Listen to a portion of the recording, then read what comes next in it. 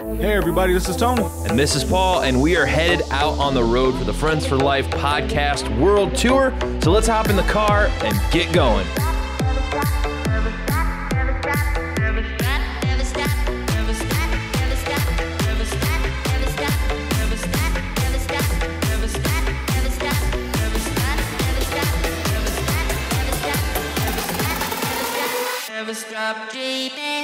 Caitlin, welcome to the Friends for Life podcast with Angelsense. What brings you out to this awesome tech fest here in Tiffin, Ohio? I mean, why wouldn't you want to be here? Of course, we want to just, spread awareness and let people know what's available to them. Yeah, so with Angelsense, what kind of technology do you provide to people that have disabilities? Yeah, so it's an assistive technology device. It's super small, super lightweight. I have one right here. It's just a couple ounces. And you not only get a GPS live location at all times, but you also have an SOS button on the front of it that anybody can push to request a call from their caregivers. Oh, nice. And then you can also call the device and it automatically picks up, especially for those that are unable to manipulate a cell phone. Gotcha. So it'll call another human being or... Yep, typically a caregiver. You can have 100 caregivers if you wanted to, but typically it's one or two that are designated that get all of the information and can track. So it's like a more advanced life alert system in a way. Yeah, it's like Life Alert on steroids. Awesome. That could be really useful. What uses have you found that have, benefited people the most with something like that? I mean, anything from little individuals that are at risk of eloping, especially those with autism or anything like that, to those trying to gain independence and employment, specifically move out on their own. But it also gives that caregiver their peace of mind at the same time. And then we also just recently went into the dementia and Alzheimer's space, so people can stay at home longer. And it's not going to a call center, it's going to your loved one. So what drew you to kind of go down the pathway of working in technology and then ending up here working in this like DD field area, because it's not common? Yeah. So I have been in the DD field for my entire life, essentially, and got my degree in psychology afterwards, then went on to neurology, and then worked specifically at an autism center and decided to move on to the business development side of it. And started to expand services because I was like, I could work with 20 individuals or I could get 200 into services. And so I don't get the personal impact as much as I would like, but at least I'm getting people access to the services that they like. And when I saw this device and learned about it, I was like, how did I not know about this? This is insane. Like, I've had to run across the parking lot. I've had to had those heart-dropping moments of trying to keep an individual safe that isn't aware of their safety. And when I learned about it, I was like, this is incredible. And I had to sign on. In my early on career, I remember having someone who eloped or AWOL or whatever phrase you really want to call it. And I used to always tell my direct superior at the time, like, the only reason this person does this is because we follow. Attention seeking. Yes, it is complete attention seeking. And I was so afraid to implement it because it would have been a neglect scenario on me, I'm sure. But just 2 years ago, once this device started getting utilized, or a device similar to it, you saw those things disappear. And huge impact. It's like, from your psychology background, what kind of correlation does that, why is that? A lot of it is attention-seeking behavior that is causing an individual to elope, and what the cause is behind that, we don't really know. But in order to treat it, there's not a good treatment philosophy that can be put in place. So something like this can help with that. And we actually do have a program library, especially for BCBAs or people working with individuals, that they can resource this as something that could really be utilized to treat those behaviors. So, and I would assume that this technology gathers a lot of data as well. Oh, yeah. The data never goes anywhere. It stays directly on the device. Okay. So say, I feel like it's great for emergencies and stuff. Do you find that it's easy to get people to use something like that?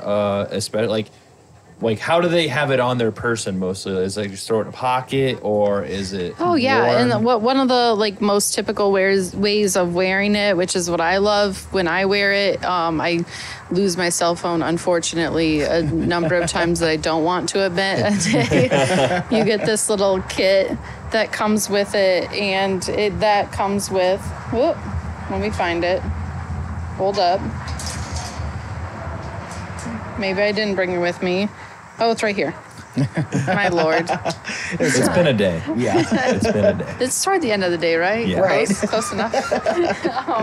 But it's this little sleeve, and you just pop the device in here, and it's kind of like those anti-theft devices in stores where it has like a super magnetic pin. Oh, nice. And then you can put it anywhere on your person, and then it becomes non-removable.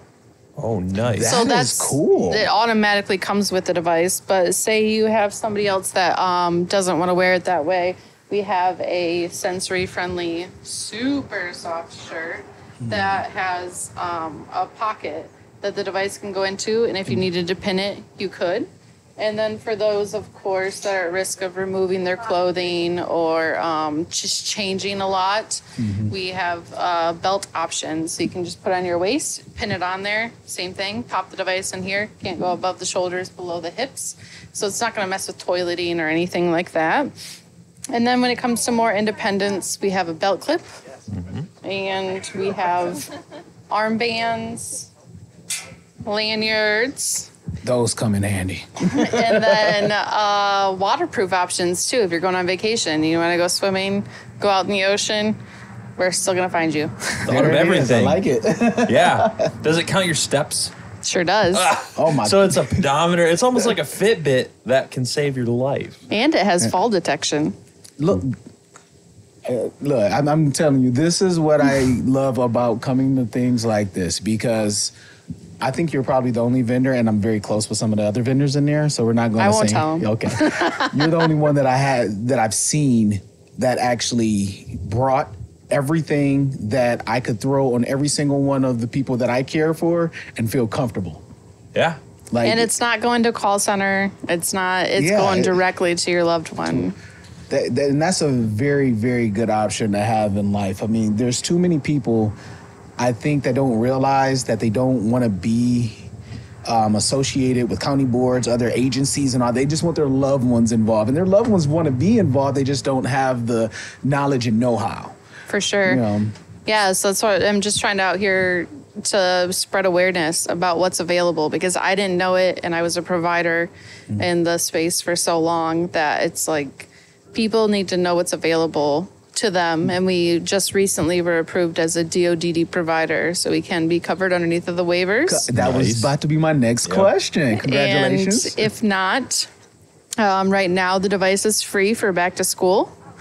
It's about $119 depending on the specials. And then if you want to pay annually up front, it's $399 a year.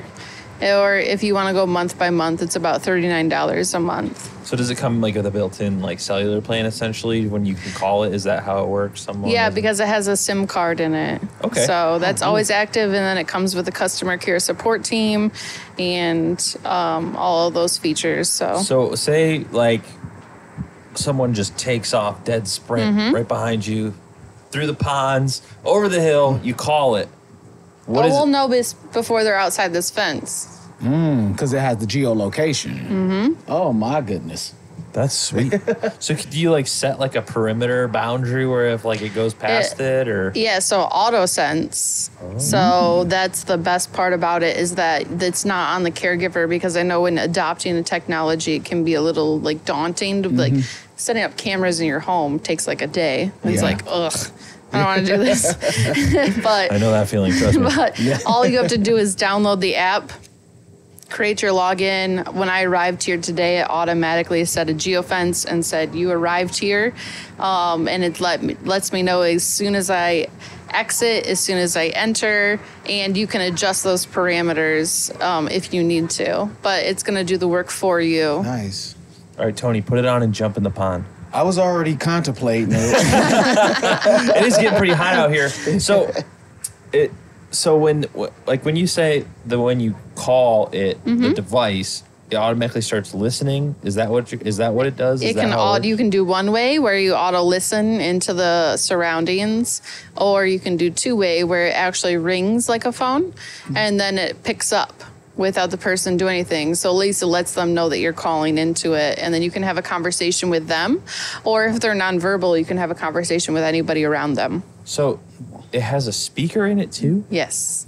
What doesn't it have? Because I mean, you pretty much every time I ask you a question, you're like, yeah, it has that. It has that. Human Absolutely. DNA. Probably has that in it somewhere. If it doesn't have anything, we're working on it. Yeah. So, Well, it sounds like a really awesome device. What kind of features are you trying to add down the line? I mean, stuff's always trying to change and be new and fresh and stuff. So what would you like to see added to it? Yeah, so we actually officially just launched a watch, like an Apple Watch. Nice. So for adults and those that are more elderly, we're beta testing that right now. So we want to make sure it's set to go for launching. And any other features that anybody has any recommendations for, just send anything in, and we're going to. That's somebody right now. Yeah, they're calling right now. They're like, listen, I'm watching this. It's happening in real time. Exactly. But I think that's super cool. I have to show you how far behind I am with technological things. I mean, I know I run all of this stuff, but that's easy. I've been doing that since I was a kid. But like my friend had a watch, and we were running the other day, and his watch was like talking to him and telling him the mileage. I was like, your watch has a speaker in it? He's like, yeah. I was like, I'm wearing a rubber wristband. Like, I don't even have a Fitbit. Someone got me one and it died a year ago, and I just have never got another one. So that's how far I'm always so like amazed by stuff like this. I can see so many uses for that from a safety standpoint. It's insane. From safety to independence to the elderly being able to stay at home longer. For sure. There's so many utilizations. It's almost like having your own pocket-sized remote support in a way. Like it really, exactly. I mean, minus like, it's the opposite of a remote support in the way of it's not installing a bunch of stuff in a home.